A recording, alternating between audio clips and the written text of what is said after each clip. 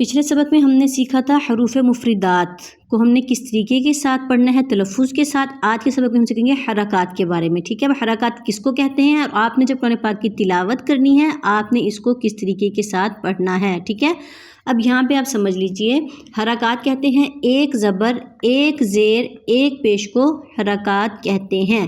अब जब आप कुरान पाक की तिलावत करेंगे आप देखेंगे कहीं भी अगर एक ज़बर एक ज़ेर एक पेश होगी आप उस हर्फ को ना तो लंबा करेंगे ना ही झटका देंगे, उसको आप आराम से पढ़ेंगे। ठीक है, अब एक जगह पे और मैंने आपको समझाना है, वो जब हरूफ मद्दा वाली सबक आएगा तो उसमें भी एक ज़बर एक ज़ेर एक पेश का होगा, लेकिन वहाँ पे आपने उसको एक अलिफ के बराबर खींच कर पढ़ना है, लंबा करना है। मैं आपको फ़र्क उसमें बताऊंगी कि क्या फ़र्क है हरकत में और हरूफ मद्दा में। ठीक है, अब यहाँ आप आज हरकत के बारे में समझिए।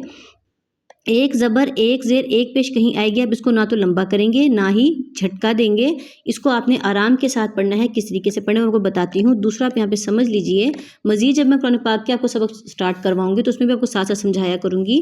अब देखिए यहाँ पे वैसे आप पढ़ते हैं अलिफ, ठीक है, लेकिन ये अलिफ नहीं है। अगर कहीं भी खाली होगा तो उसको अलिफ पढ़ा जाएगा, उसके अलावा अलिफ के ऊपर कोई भी हरकत आ जाए या नीचे कोई हरकत आ जाए, मतलब ज़बर हो ज़ेर हो पेश हो, दो ज़बर दो ज़ेर दो पेश कुछ भी हो, आप उसको हमज़ा पढ़ेंगे, अलिफ नहीं पढ़ेंगे। ठीक है, अब हमने पढ़ना किस तरीके से है। अब यहाँ पे जो आपको मैं मिलती जुलती आवाज़ें होंगी उसके बारे में ज़्यादा बताऊँगी डिटेल में, तो उसको आप समझ लीजिएगा। अब देखिए यहाँ पे हमने स्टार्ट करना है कैसे, हमज़ा ज़बर आ। अब इसको हमने ना तो इतनी जल्दी से पढ़ना है कि हमारी आवाज़ में झटका महसूस हो और ना ही हमने इसको खींच कर पढ़ना है, हमने इसको आराम से पढ़ना है। ठीक है, हमज़ा ज़ेर ई, हमज़ा पेश ऊ, आ ई ऊ।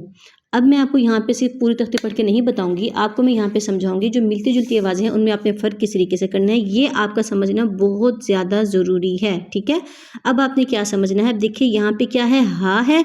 अब हा के साथ कौन सी आवाज़ मिलती है, हा की। हा के साथ किसकी आवाज़ मिलती है, हा की। अब फ़र्क क्या है, हा की आवाज़ को हमेशा सीने में से चेस्ट में से निकाला जाता है, जबकि हा की आवाज़ को हमेशा हल्क में से निकाला जाता है। अब यहाँ पे देखिए, आप जब भी कुरान पाक की तिलावत किया करें आप देखा करें कि जब ये वाला हा हो तो आपने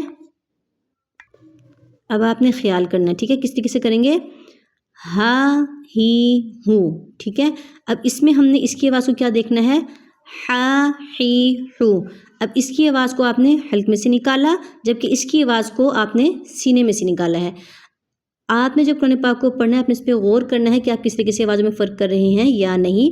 अब देखिए हमज़ा के साथ किसकी आवाज़ मिलती है, आइन की।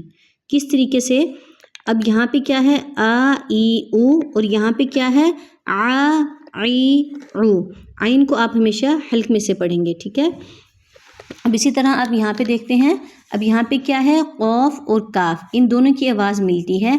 फ़र्क क्या है, इस वाले कौफ को हम जहाँ भी देखेंगे जहाँ भी पढ़ेंगे इस वाले कौफ को हम हमेशा मोटा पढ़ेंगे और इस वाले काफ को हम हमेशा बारीक पढ़ेंगे। ठीक है, तो आपने ये ख्याल किस तरीके से करना है, को कु का की कु।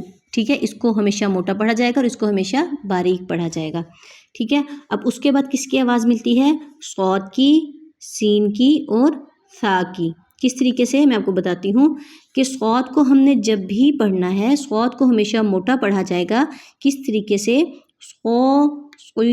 सू। ठीक है, इसी तरह सीन को हमेशा सख्ती के साथ पढ़ा जाएगा, इसकी आवाज़ सीटी की तरह आएगी। किस तरीके से, सा सी सू। ठीक है, अब हमने सा का क्या ख्याल करना है, इसको हमेशा हमने नरमी के साथ पढ़ना है। किस तरीके से, सा सी सू, इसको हमेशा नरमी के साथ पढ़ा जाएगा। ठीक है, अब उसके बाद किसकी आवाज़ मिलती है, तो की और ता की। किस तरीके से, तो को हमेशा मोटा पढ़ेंगे हम, तो। ठीक है, इसी तरह ता ती तू, ये इनकी आवाज़ों में फ़र्क है, इसका आप ख्याल करेंगे।